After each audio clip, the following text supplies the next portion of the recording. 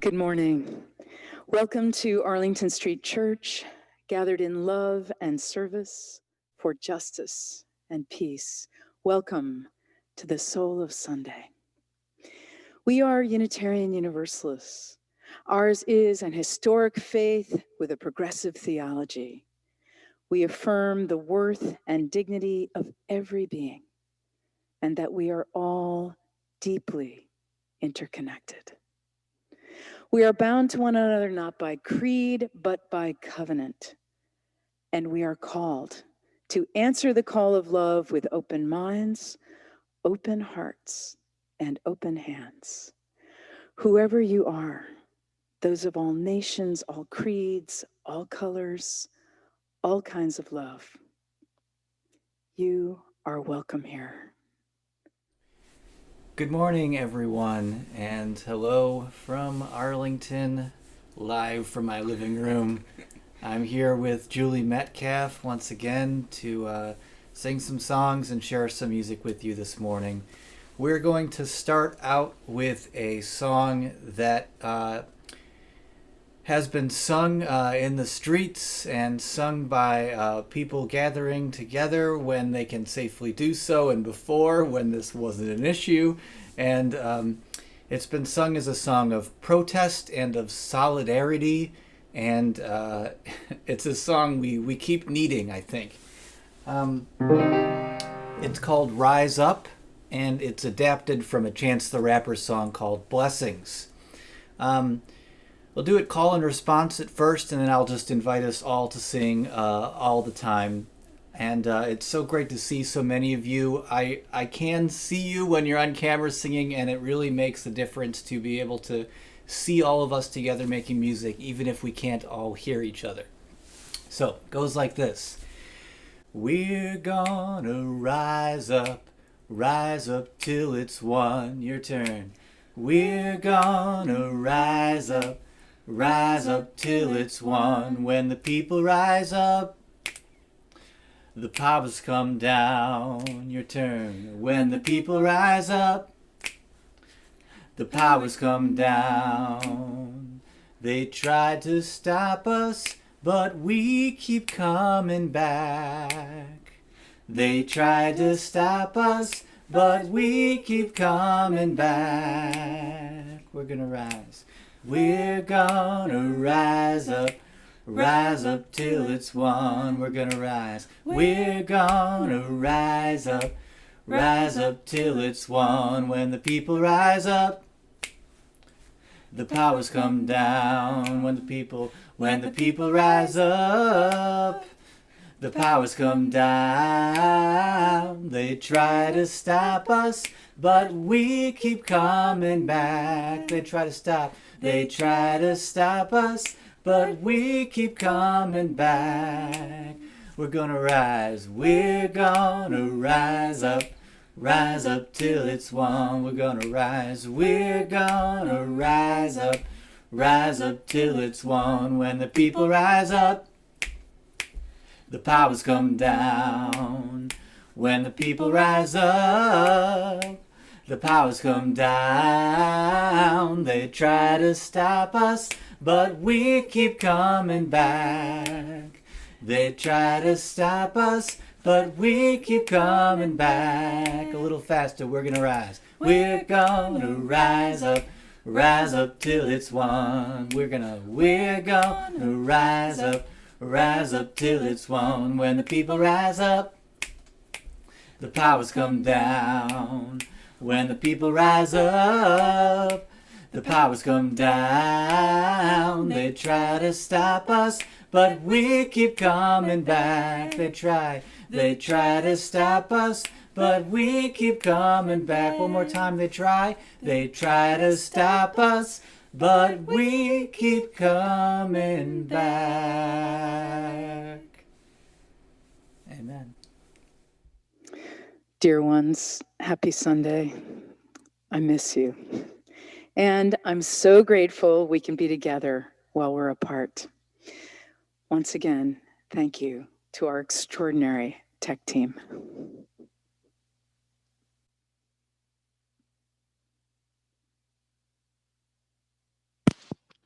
Good morning. It's great to be here with you, the tech team, and all of our staff musicians.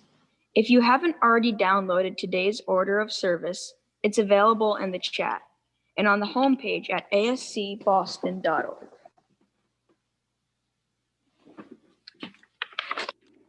All of the hymn lyrics are included in the order of service and will be posted in the chat so that we can sing together. There's also a link to Sermon Bingo on the homepage. Feel free to play along while Reverend Kim preaches. As we continue our virtual greetings, please say hello in the chat. Let's engage that Arlington Street spirit of welcome that transcends physical distance as we greet one another heart to heart.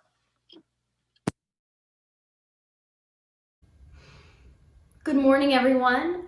This morning I'll be leading the hymn, Ain't Gonna Let Nobody. I'm gonna sing the first verse and I invite you guys to join in. Ain't gonna let nobody turn me around, turn me around, turn me around. Ain't gonna let nobody turn me around. Keep on walking, keep on talking, marching up to freedom land. Ain't gonna let nobody turn me around, turn me around, turn me around. Ain't gonna let nobody turn me around. Keep on walking, keep on talking, marching up to freedom land. Ain't gonna let no apathy turn me around, turn me around, turn me around. Ain't gonna let no apathy turn me around. Keep on walking, keep on talking, marching up to freedom land. Ain't gonna let racism turn me around, turn me around, turn me around. Ain't gonna let racism turn me around. Keep on walking, keep on talking, marching up to freedom land. Ain't gonna let injustice turn me around, turn me around, turn me around. Ain't gonna let injustice turn me around. Keep on walking, keep on talking, marching up to freedom land. Ain't gonna let nobody turn me around, turn me around, turn me around. Ain't gonna let nobody turn me around. Keep on walking, keep on talking, marching up to freedom land.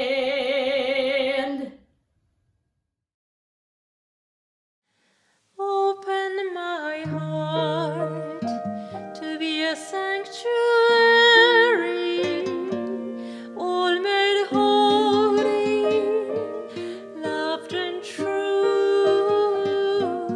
With thanksgiving, I'll be your living sanctuary for you.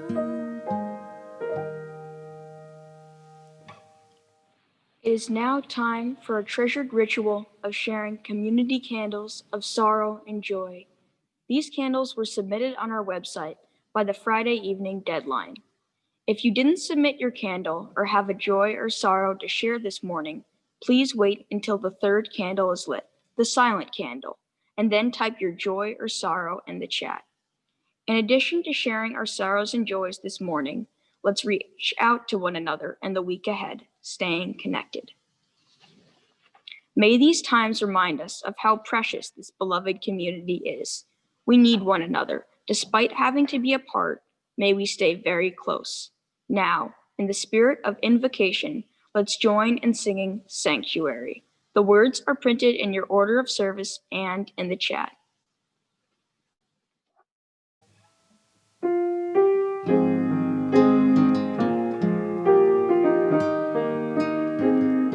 Open my heart to be a sanctuary,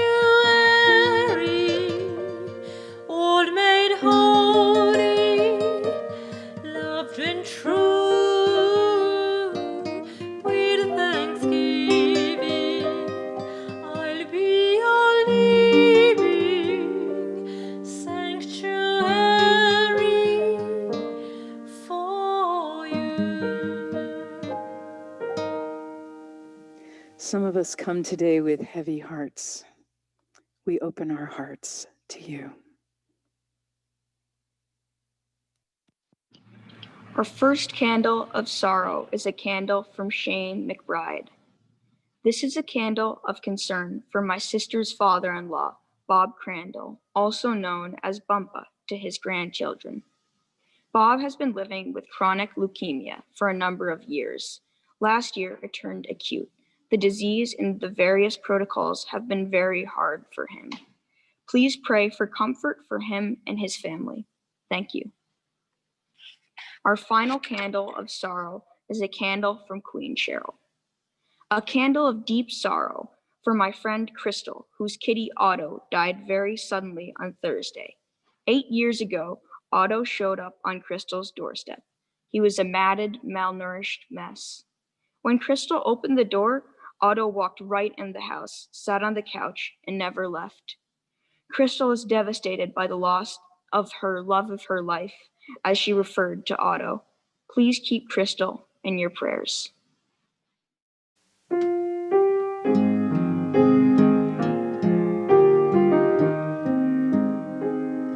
Open my heart to be a sanctuary,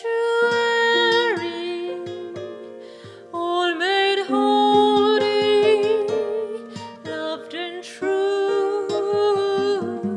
With thanksgiving, I'll be a living sanctuary for you. And some of us come today in joy. We share your joy. Our first candle of joy is from Nate Brown. I am just wrapping up a much-needed recovery-based 30-day retreat. Our final candle of joy is a candle from Queen Cheryl. Wednesday, October 28th, was a big day for Reverend Kim. Her birthday, her ordination anniversary, and the 31st anniversary of her installation as the minister here at ASC. We are grateful for all you do, particularly in this COVID season, and we love you to pieces. A very happy birthday.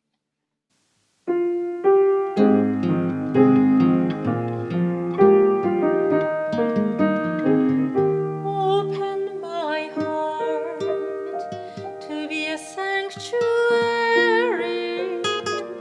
all made holy, loved and true.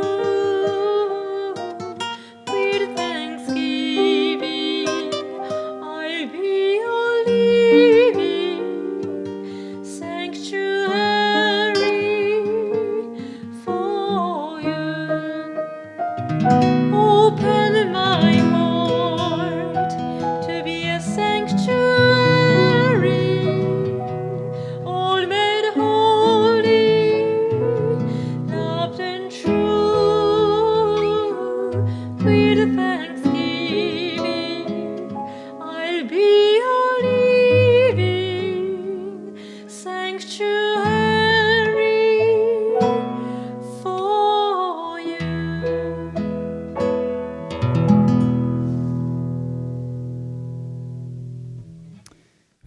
the sorrows and all the joys we hold in our hearts, we light a silent candle to remember and to rejoice. May the peace of this sanctuary enter into our hearts as we share this quiet moment together, breathing our prayers for ourselves, for one another, for our country, and for the world.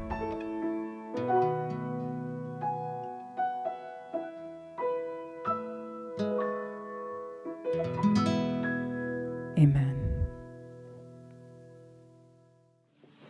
Let's join now in saying together the affirmation and covenant of this beloved spiritual community. The words are printed in your order of service and in the chat. Love is the spirit of this congregation, and service is our gift. This is our great covenant, to dwell together in peace, to speak our truths in love, and to help one another. El amor es el espíritu de nuestra congregación, y el servicio es nuestro regalo. Esto es lo que nos comprometemos, convivir en paz, hablar nuestras verdades con amor, y ayudarnos los unos a los otros. Hello again, everyone. It's now time for our second hymn.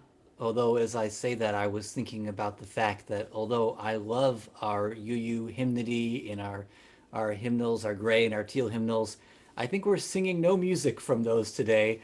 And in fact, our second hymn is Put a Little Love in Your Heart by Jackie DeShannon, although I was also inspired by the Mary Mary version of this song, which if you haven't heard it, is great. I made a word change as I was working on this song. There's a repeated line in the chorus, the world will be a better place, just wait and see. And I just found that that was not active enough for, I think, what we need to do together. So we've changed that to, the world will be a better place for you and me if we work to make it be. So I hope you'll sing with us as we sing Put a Little Love in Your Heart. 1, 2, 3.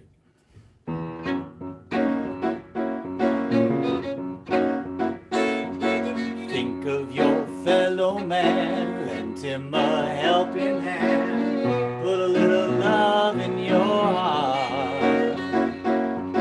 You see it's getting late, oh please don't hesitate, put a little love in your heart, and the world will be a better place, and the world will be a better place for you and me, if we were to make it be.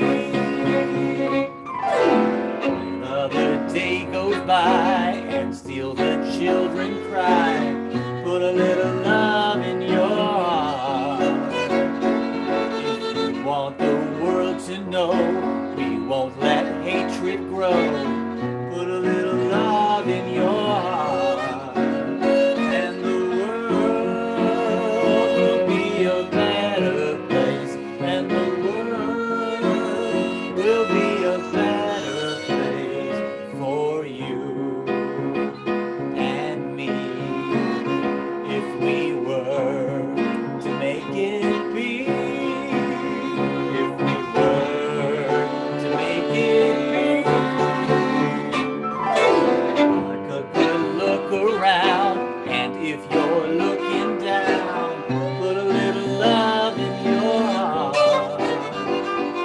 And I hope when you decide justice will be your guide, put a little love in your heart, and the world will be a better place, and the world will be a better place for you and me, if we were to make it be. Put a little love in your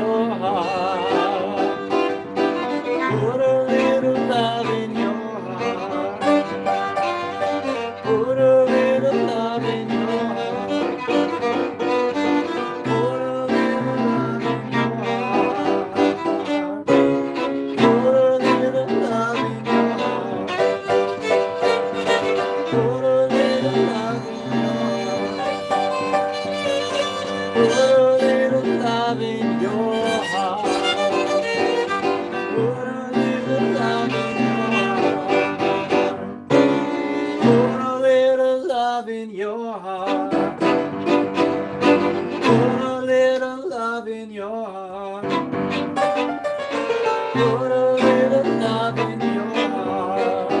One more. Put a little love in your heart.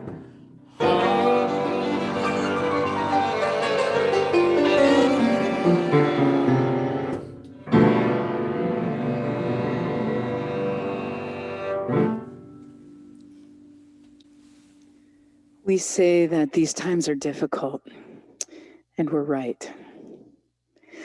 But they are not more difficult than 10,000 other times in history. My benchmarks for perspective include Nazi Germany, the Jim Crow South, and South African apartheid. To be a student of history is to be inspired over and over by the courage and resiliency of people. Mahatma Gandhi said, "When I despair, I remember that all through history, the ways of truth and love have always won. There have been tyrants and murderers, and for a time they can seem invincible, but in the end, they always fall." Think of it, always. They fall. Take heart. American political scientist and Harvard professor Dr. Erica Chenoweth studies terrorism, civil war, and revolution. She used to accept the strategic logic of violent armed force for achieving major social and political change. But then she was exposed to the principles and history of nonviolent resistance, and she got curious. It turned out that the question of which tactic was more effective, violence or nonviolence, had never been systematically studied. Dr. Chenoweth and a colleague, Dr. Maria J. Stephan, began a 2-year research project to find out. They collected data on all violent and nonviolent campaigns from 1900 to 2006 that had resulted in the overthrow of a government or in a territorial liberation. They created a data set of 323 mass actions. They analyzed nearly 160 variables related to success criteria and concluded that nonviolent civil resistance is far more effective in producing broad-based change.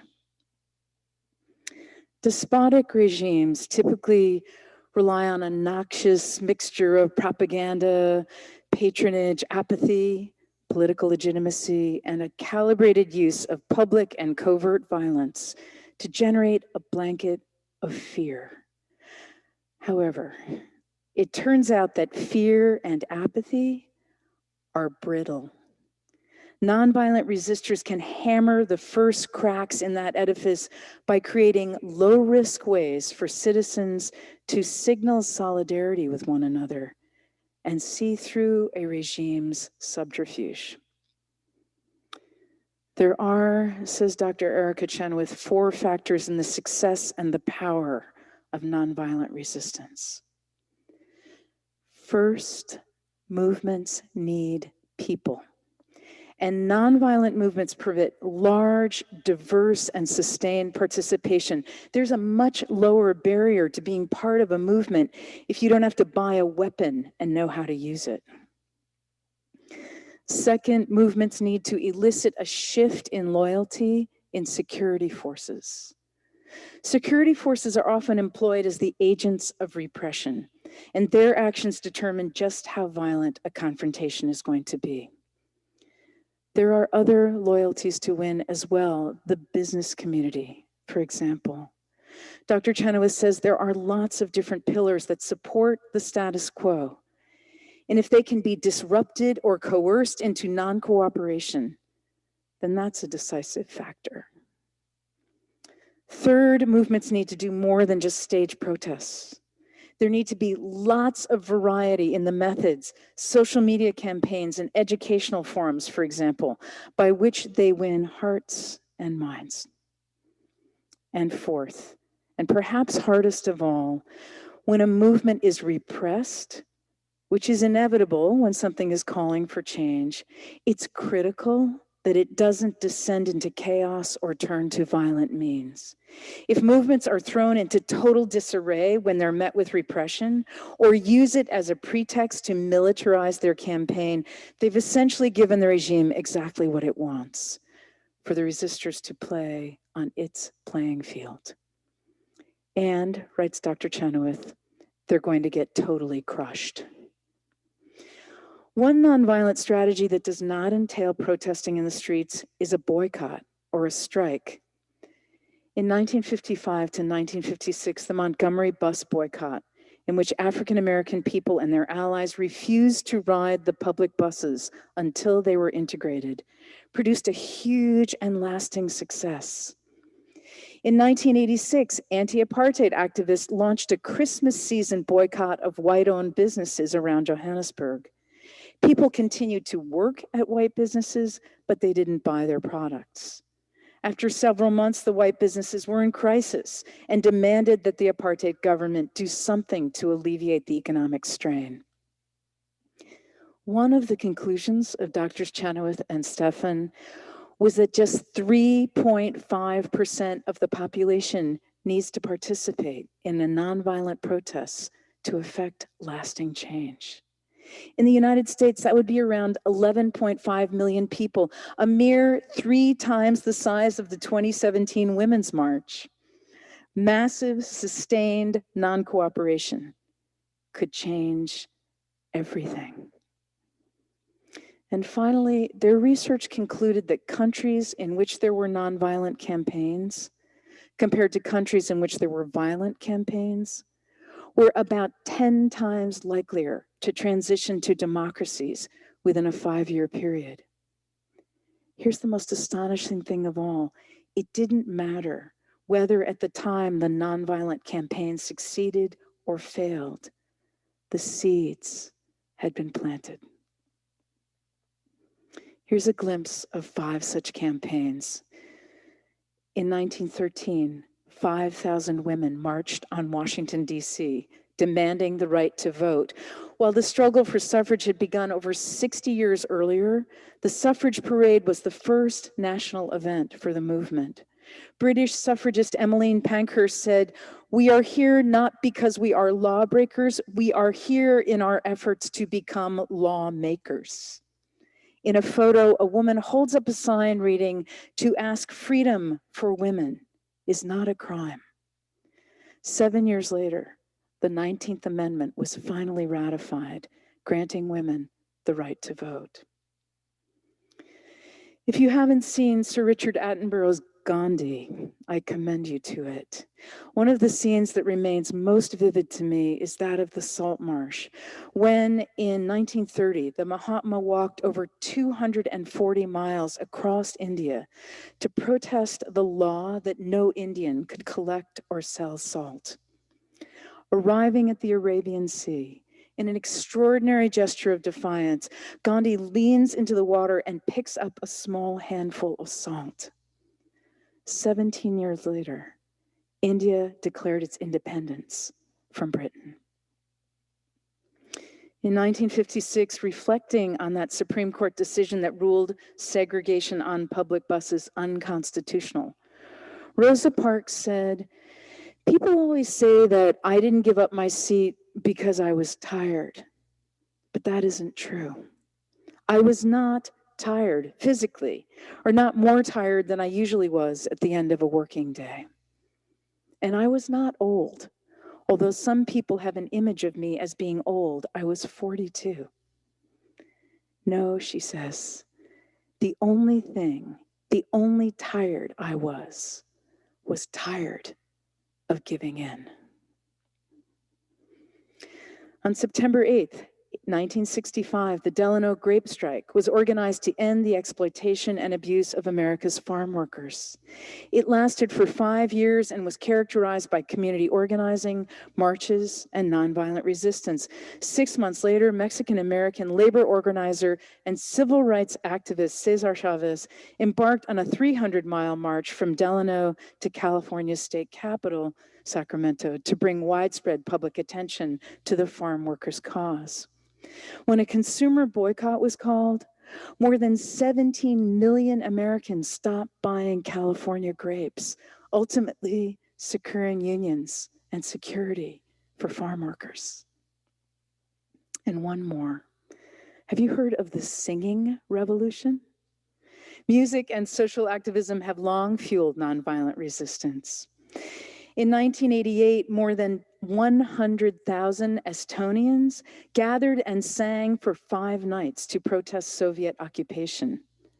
Ultimately, the singing revolution lasted over 4 years, with various protests and acts of defiance ultimately leading to the restoration of independence of Estonia, Latvia, and Lithuania. There is a line of nonviolent activism extending from Jesus to Mahatma Gandhi to Reverend Dr. Martin Luther King Jr., a line filled in by these co-conspirators and followers, and they were neither the first nor the last. What each of them has in common is a devotion to nonviolence, not only as a political strategy, but as a way of life, a courageous, active, peaceful resistance to evil. Contradicting the notion that the ends are justified by the means, Gandhiji proclaimed that the means are the ends in progress. And these, he said, are the means. This is his 6-point guide to what he called soul force. 1, respect everyone, including yourself.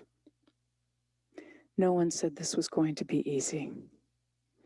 The first principle of Unitarian Universalism is the affirmation that every person has inherent worth and dignity.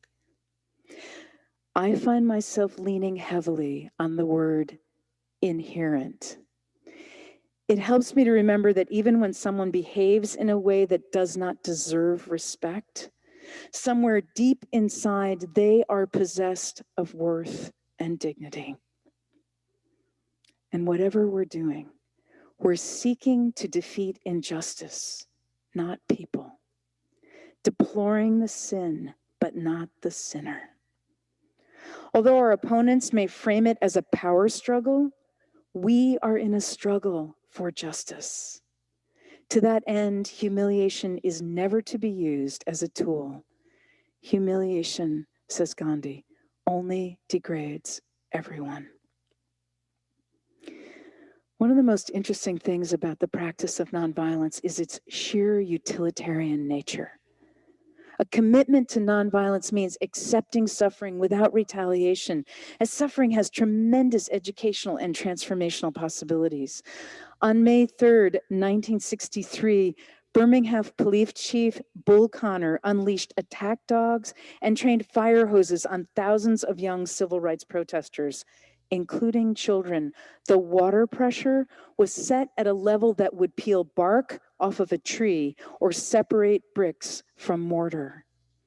That night, horrifying images filled the television screens in living rooms throughout this country, changing hearts and minds. A New York Times editorial called it a national disgrace.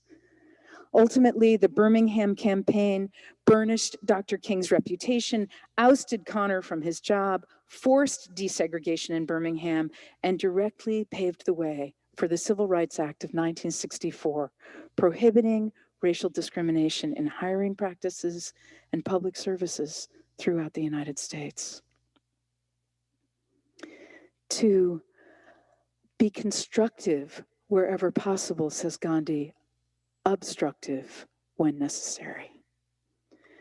American systems theorist, inventor, and futurist Buckminster Fuller said, "You never change things by fighting the existing reality. To change something, build a new model that makes the existing model obsolete." And you can't rid yourself of oppression if you're depending on the oppressor for your livelihood. Gandhi initiated 18 projects that enabled the Indian people to take charge of their own society. They became less and less dependent on the regime by creating their own goods and services, thus laying the groundwork for a democracy independent of British rule. 3, cherish the long view. There's a beautiful story from the 1950s when China was in a severe famine. The United States branch of Fellowship of Reconciliation organized a mail-in campaign to convince President Eisenhower to send food, surplus food, to China. 35,000 Americans wrote to him, quoting a single sentence from Isaiah: "If thine enemy hunger, feed him." Eisenhower appeared unmoved. But years later, at a meeting during which the Joint Chiefs of Staff were considering a proposal to bomb targets in mainland China during the Korean War, Eisenhower announced, "Gentlemen, since 35,000 Americans want us to feed the Chinese, this is hardly the time to start bombing them." 4, look for win-win situations. Again, says Gandhi, our goal is to build relationships and to make things better for everyone. In his book, Stride Toward Freedom, Dr. King tells the story of an attorney for the city bus company whose biggest fear was a victory for the African American community over the white community. Hearing this, Dr. King advised the bus boycott participants not to gloat or boast over the victory. Through nonviolence, he said, we avoid the temptation of taking on the psychology of victors, that dynamic of us against them. The more we demonstrate respect for others, the more likely we are to persuade them to behave respectfully. The success of nonviolence is in the relationships that are healed.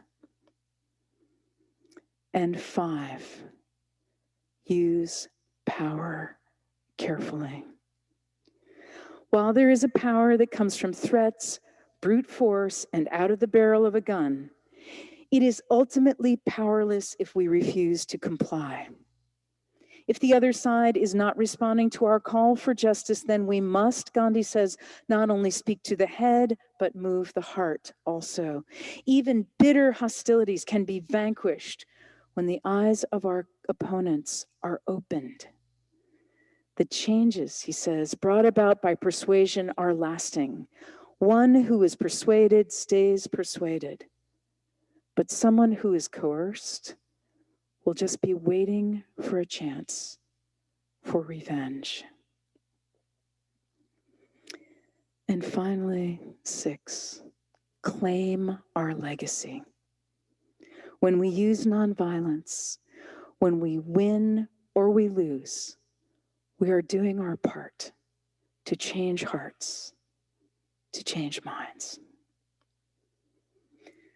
Beloved spiritual companions, let us take to heart the hard work of living lives of nonviolence, loves of life, service, justice, peace, lives of soul force.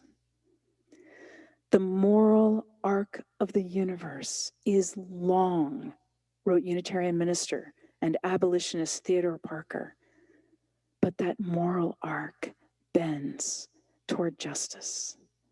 It bends if we bend it. Let justice roll down like waters, and righteousness like an ever-flowing stream. May we join now with our spiritual forebears and step into that mighty stream. Amen.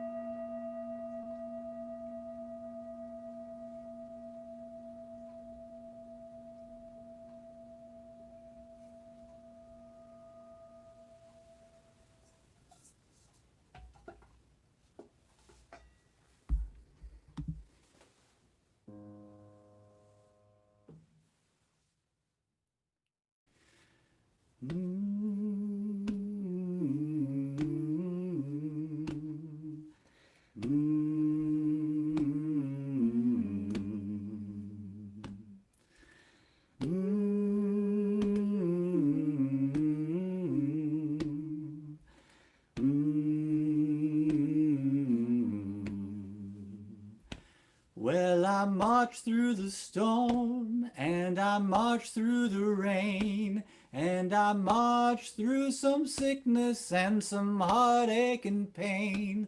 And I laid on the ground, and I looked up at the sky, and I prayed to the Lord up above and asked why. But oh no, I'm not tired, I'm not through marching yet. And I'm a marching till I die, oh children, this you can bet. And we'll say, I'm gonna sing out, I'm gonna march on. Everybody say, I'm gonna sing out, I'm gonna march on. Sing it with me now. I'm gonna sing out, I'm gonna march on. I got to keep on. I'm gonna sing out, I'm gonna march on. Well, my granddaddy marched, and my grandmama too, and I never thought it'd be something that I'd have to do. But I'll march if I must, I'm on a mission, you see, and I'll be damned if my children have to march for me. Now I believe in the power of raising my voice, and I believe in the power of making some noise. If I die, I can't sing, and if I can't sing, I'll die. So we can sing for one another now, let's give it a try. And we'll say, I'm gonna sing out, I'm gonna march on. I got to keep on. I'm gonna sing out, I'm gonna march on. Everybody say, I'm gonna sing out, I'm gonna march on. Sing it with me now. I'm gonna sing out, I'm gonna march on. I got to keep on. I'm gonna sing out, I'm gonna march on. Gonna use my body for good. I'm gonna sing out, I'm gonna march on. I got to keep on marching. I'm gonna sing out, I'm gonna march on. And one more time, I'm gonna sing out, I'm gonna march on.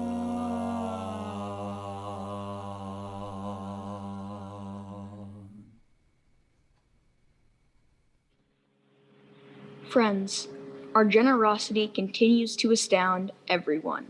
We are continuing to pay our staff and maintain our building, even when most of us can't be here. I've been here my whole life, and this place and you are really important to me. As I've begun high school this fall, my friendships with the other worship team members have meant a lot to me. And even though all of us have only seen each other in little squares for 7 months now, my family felt your support and love when my parents got married 2 weeks ago. Thank you. This is my first year making a financial pledge to Arlington Street. It feels great. Each of us has the power to make a difference, to do our part to strengthen the safety net that holds and upholds us all. Thank you for joining me with the generous support for everything Arlington Street is doing to keep us strong and connected. Please take a moment now to fill our virtual collection plate.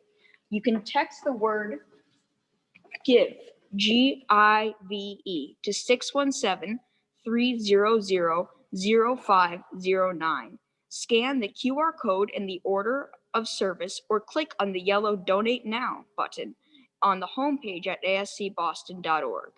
Here's that number again, 617-300-0509. Thank you for your generosity. After you make your gift to sustain our beloved community, please continue to share in the chat what inspires you during these difficult times. Welcome, friends. This is a classic. It's about, well, death and destruction, and the response is love and understanding. So that's a very UU sentiment. This is What's Going On by Marvin Gaye.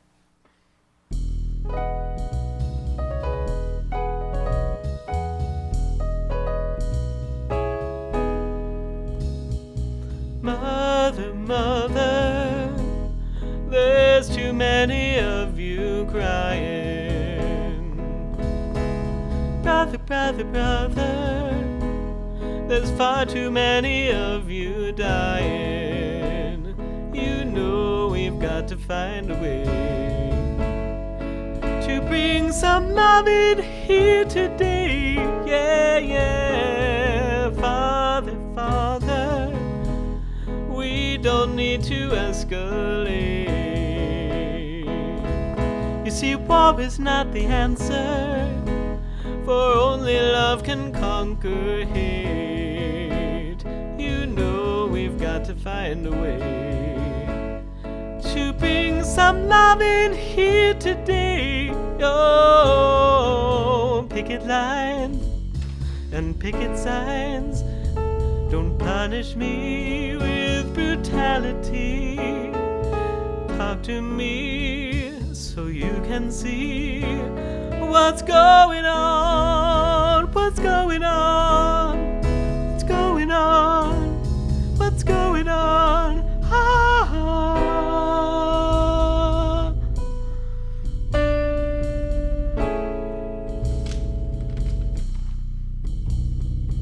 Father, Father, everybody thinks we're wrong. Oh, but who are they to judge us simply 'cause our hair is long? You know we've got to find a way to bring some understanding here today. Yeah, yeah. Picket lines and picket signs don't punish me with brutality.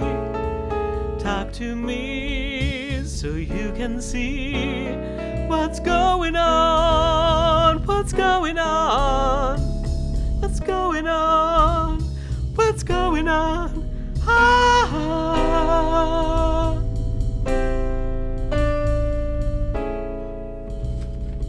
Ooh, mother, mother, there's too many of you crying.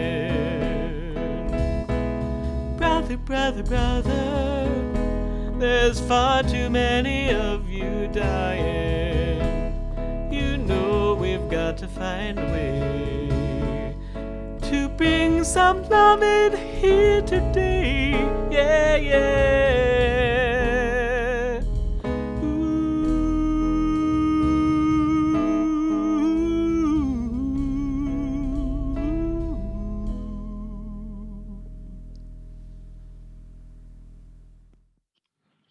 As always, there are a lot of wonderful events happening here this week.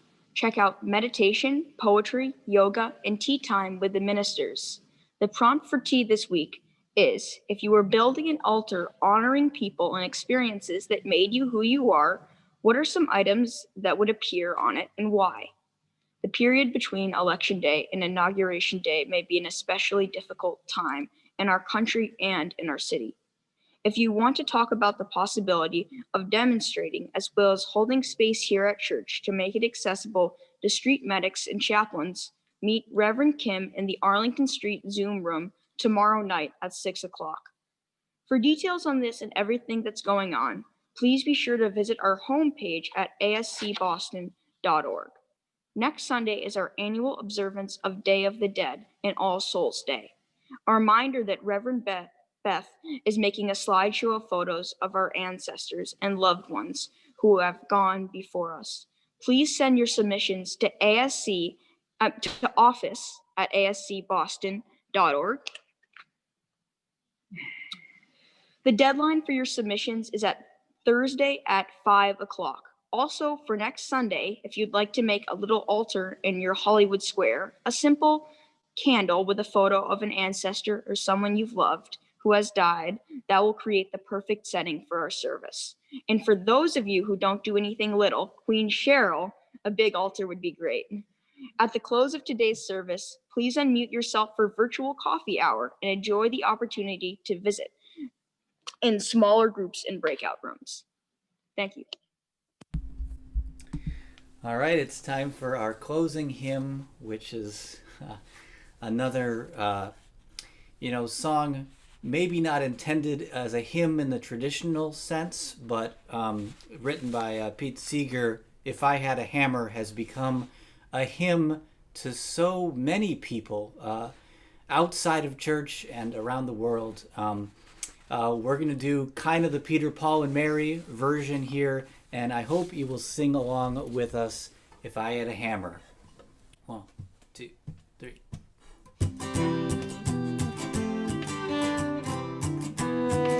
If I had a hammer, I'd hammer in the morning, I'd hammer in the evening, all over this land. I'd hammer out danger, I'd hammer out warning, and I'd hammer out love between my brothers and my sisters all over this land.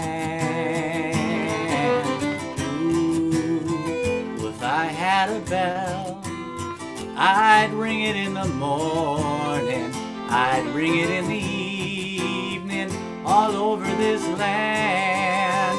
I'd ring out danger, I'd ring out warning, I'd ring out love between my brothers and my sisters all over this land.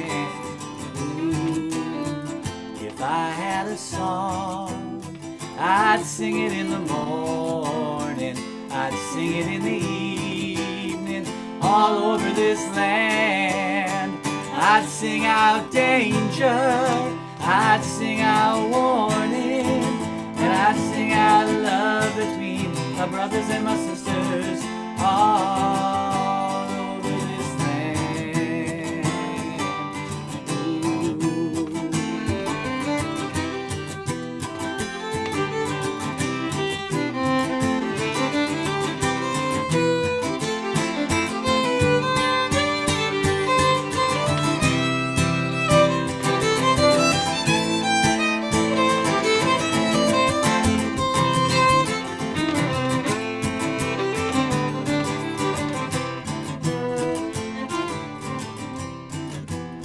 Well, I've got a hammer, and I've got a bell, and I've got a song to sing all over this land. It's the hammer of justice, it's the bell of freedom, and it's a song about love between my brothers and my sisters all over this land. It's the hammer of justice, it's the bell of freedom, and it's a song about love between my brothers and my sisters all over this land.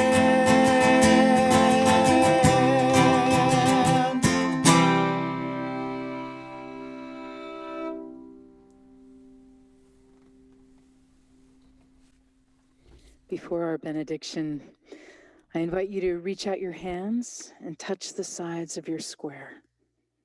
Touch hands with the people to your left and to your right, and send love to the person on either side of you and to the people on either side of them. Send out love into this beloved spiritual community and feel it coming back to you. Love is the spirit of this congregation. And now for our benediction, I invite you to put your hands over your heart in Namaste. I bow to the divine in you. Our benediction comes from Tolstoy's War and Peace. I say, let us join with those who love goodness, and let there be one banner, real goodness. I want only to say that it is always the simplest ideas that lead to the greatest consequences. My idea in its entirety is that if people unite for evil and constitute a force, then decent people are obliged to do likewise. Just that. Long live real goodness. Let us keep this faith, beloveds, and pass it on. The service begins when the service ends. Bless your hearts. I love you. Amen.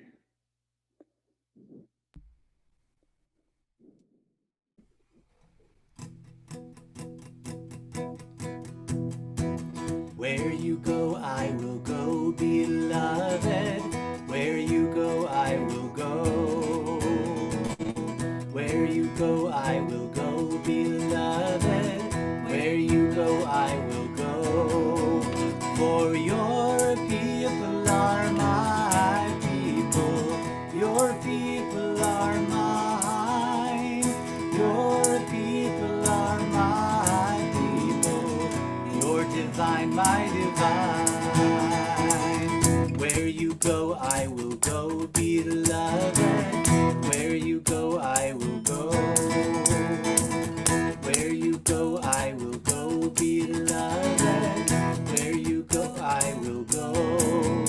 For your people are my people. Your people are mine. Your people are my people. Your divine, my divine.